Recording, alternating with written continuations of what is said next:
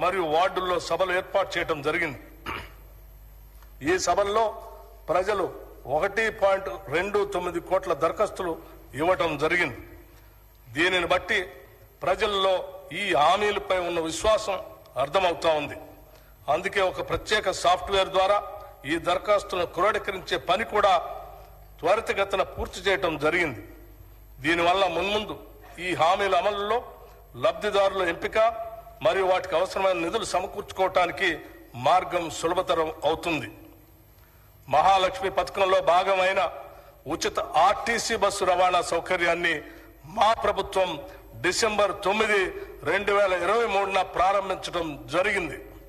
రాష్ట్ర మహిళలు ఈ పథకం పట్ల అత్యంత సంతృప్తి మరియు సంతోషం వ్యక్తం చేస్తున్నారు. ఈ పథకం సజావుగా సాగటానికి సకాలంలో ఆర్టీసీకి అవసరమైన నిధులు అందజేస్తున్నాం. ఇప్పటికే నెలకి 300 కోట్ల రూపాయల చొప్పున అదనపు నిధులు మంజూరు చేయటం జరిగింది. మరొక ముఖ్యమైన ప్రజా సంక్షేమ పథకం రాజీవ్ ఆరోగ్యశ్రీ. ఈ పథకం కింద మా హామీ ప్రకారం డిసెంబర్ 9, 2023 నుండి వైద్య ఖర్చుల పరిమితిని 5 లక్షల రూపాయల నుండి 10 లక్షల రూపాయల వరకు పెంచడం జరిగింది. గతంలో ఆరోగ్యశ్రీ కింద చెల్లించవలసిన బకాయిలు చెల్లించనందున ఆసుపత్రుల్లో ఆరోగ్యశ్రీ సేవలు నిలిచిపోయి సామాన్య ప్రజలు తీవ్ర ఇబ్బందులు ఎదుర్కొన్నందున మా ప్రభుత్వం దీన్ని ప్రాధాన్యతగా తీసుకుని గత బకాయిలను కూడా వెంటనే విడుదల చేయడం జరిగింది.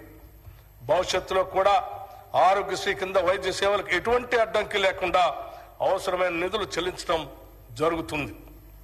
మా ప్రభుత్వ హామీల్లో మరో ముఖ్యమైన 2 హామీలు గృహజ్యోతి మరియు 500 రూపాయలకే వంట గ్యాస్ సిలిండర్ సరఫరా. గృహజ్యోతి పథకం ద్వారా అర్హులైన వినియోగదారులందరికీ నెలకి 200 యూనిట్లు ఉచిత విద్యుత్తును అందించడానికి మరియు అర్హులైన వినియోగదారులకి 500 రూపాయలకే వంట గ్యాస్ సిలిండర్లు సరఫరా చేసే పథకాలకి మరో ముందడుగు వేశాం. ఫిబ్రవరి 4, 2024న రాష్ట్ర మంత్రివర్గ సమావేశం ఈ పథకాల అమలుకి ఆమోదం తెలిపింది. త్వరలోనే తగిన విధి విధానాలు